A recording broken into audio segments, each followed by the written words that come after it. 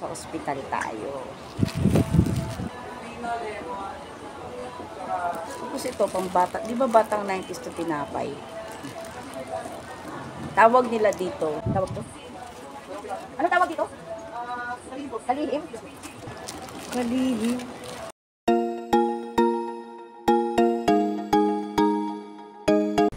Pinablood camp ko na yung father ko every 6 months to 1 year or 1 year. Inuobligan na kami doctor namin ipa-blood camp. Senior na kasi siya. Tapos siya, pumunta na kami ng cafe after namin pa-laboratory para mag-almusal. Kasi syempre pag laboratory, fasting siya. So wala pang kain. Ayan, buti sa hospital na yan, may green cafe o may kapihan. Sobrang sarap ng kape dyan, guys. Ang in-order namin dyan is Americano. Pareho kami ni tatay. Tapos nakakita ko ng mga bread kasi may talaga ako sa tinapay. So natipuhan ko yung kulay green. Actually, ano yun eh, yung parang kabayan. May pula siya. Hindi ko na lang napakita. Tapos may mga meals din sila dyan. And yun nga, kita mo, meron pa silang fish. Diba? Naalala ko lang si Boss Rin. Mahilig sa fish. Bagay sa kanya mag-coffee shop. Mahilig din sa kape yun. Tapos lalagyan niya ng ganyan. Ng fish. Sobrang parang kapa. Tapos yun, umorder lang ako ng tinapay. Kasi medyo busog-busog pa rin naman ako. Wala pa akong ganas. Ang ganda-ganda ng setup dyan. Grabe. Ang ganda ng lugar Very dito relaxing yung ambience ng cafe na yan. Imagine, nasa loob kami ng hospital, tapos may kinakapihan. Ay, mapagpupunta ako dyan sa hospital na yan, pag nagpapacheck up kami, nagpapalaboratory, ganun. Dito talaga, dyan talaga masarap tumambay kasi ang daming puno, ang daming halaman. Tapos yung setup nila, parang recycle lahat.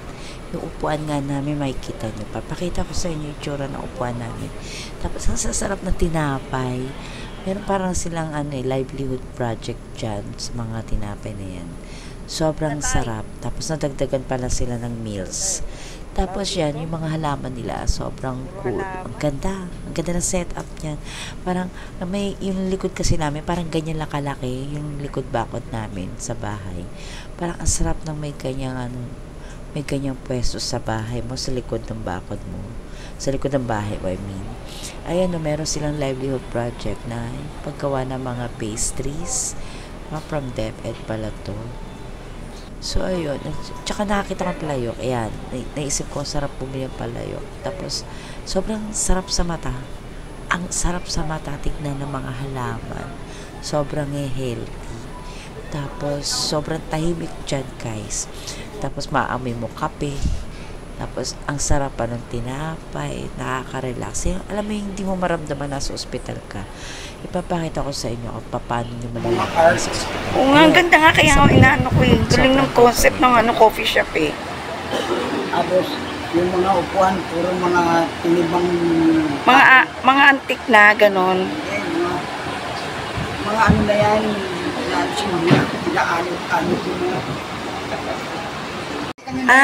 Pero meron talaga siyang ganito, di ba? Kinuha lang ito.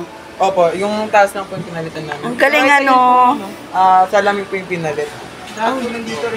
Oo nga, recycle lahat. Ang ganda. Senior pa. Di ba? Ito, naalala ko si nanay dito. Yan. Yan. Ganda. Walang ata yan sa mga inaalog sa ilog eh. Ito maganda. Oh, hello. Shout out Boss Rino. Oh, may fish pala dito sa coffee shop. Oh.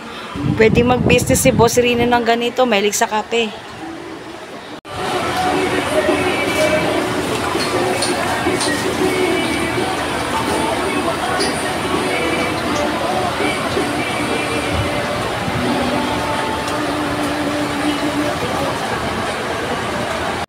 You know, di ba? Hospital. Sa tindahan niya natin, dapat nilagay ko lang din yan eh.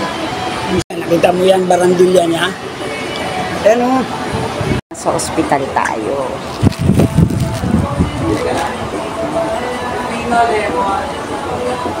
Tapos ito, pang bata. Di ba batang 90s to tinapay? Tawag nila dito.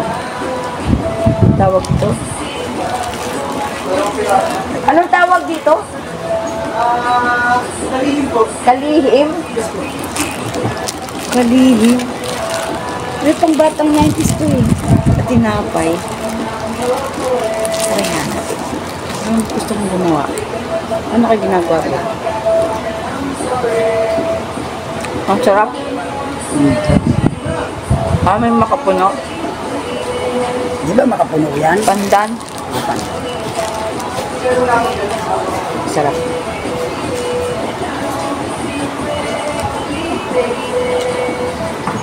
Hospital. High-tech pa. Mabilis pang serbisyo. Galing sa malasakit. Nagaling pa yung mga doktor. Babait yung mga nurse. Pagilin tayo mga nagtitinda sa amin ng Palestino. Kasi nga sila Palestino. Hindi nila alam. Ang tatay ko.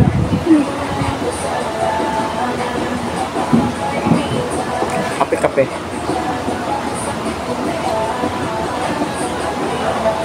Pero nagdami dun sa atin Kasi ibang lasa niya eh.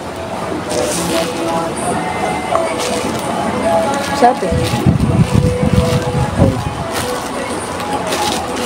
Di-deliver pa ako. Pero no, busin mo na ba? Alis tayo. Ano oras na? Aga pa oh.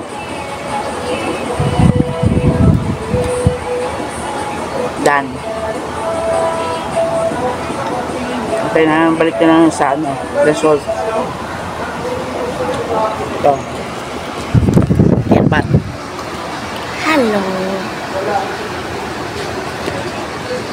Masya. Tapos ito patay oh. Ganda talaga. Ang sarap dito. Ang sarap dito magpahinga. Puro puro green. I love green. I love green.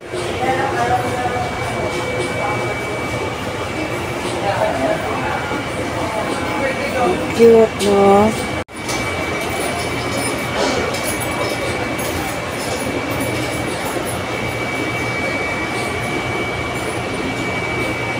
Palayok ako nakita. Di tayong palayok na itim. Tay. Sinaing na galunggong or tulingan. Tatay ko dito. Chapel. Chapel. Yan yung mga dati, tay. Mga old model na yan. Ito yung sinayon ng Yun yung mga dating mga gamit sa ospital. Losa ang tawag dyan, losa ito. Ano tayo? Arinola. Oo, losa. Yung kanayan, yung metal na yan, ang losa yan. Yan, manual pa. Ngayon, digital na yun. Diba? Ito yung dati. Historical background.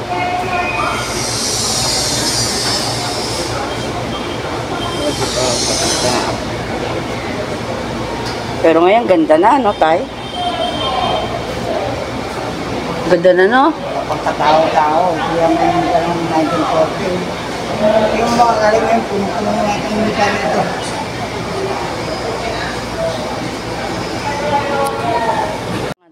Ayan. Ito, gustong-gusto ko pa rin to. Gamitin. Yung mga telepono, bata ako. Gustong-gusto ko ganito itong tawag. Oh. Tay! Dati nung bata ako, pangarap ko magkaroon ng ganitong telepono. Yung ginaganon. Ganda, no? Wala yun. Ay. Ano ata yan?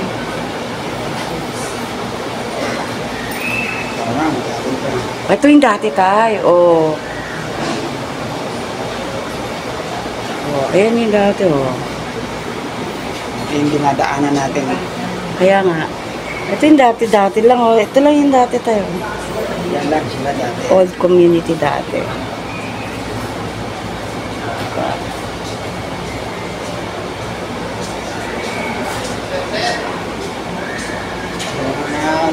Maganda na rin. Ito yung mga gamot dati to, no?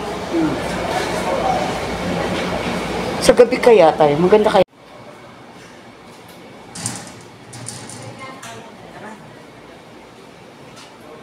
Sa gabi kaya. Maganda rito. Napakaganda na ng tala eh. Nagagaling pa yung mga doktor. Tatay ko, 72 na. Tikas pa rin. Mas nauuna pa sa akin maglakad. Mas mabilis pa maglakad. Ikaw. Ako hinihingal na, pero ito. Lupit mo, boy. Humahaba na naman buhok mo.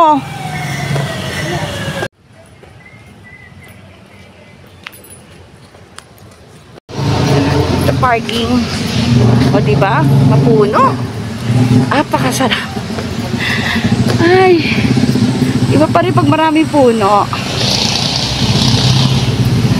Dito parking. Dito ko pinark yung aming e-bike. Hindi naman kasi dahilan na wala kang pera pampa-check up, pampagamot. Maraming gobyerno na pwede natin kinabahan. Yan na. Magdi-deliver pa ako. Mahirap kasi pag nagkotse dito, mahirap ang parking. Kung ako lang mag-isa, motor lang naman talaga ako eh. Tara na, uwi na kami. Bye!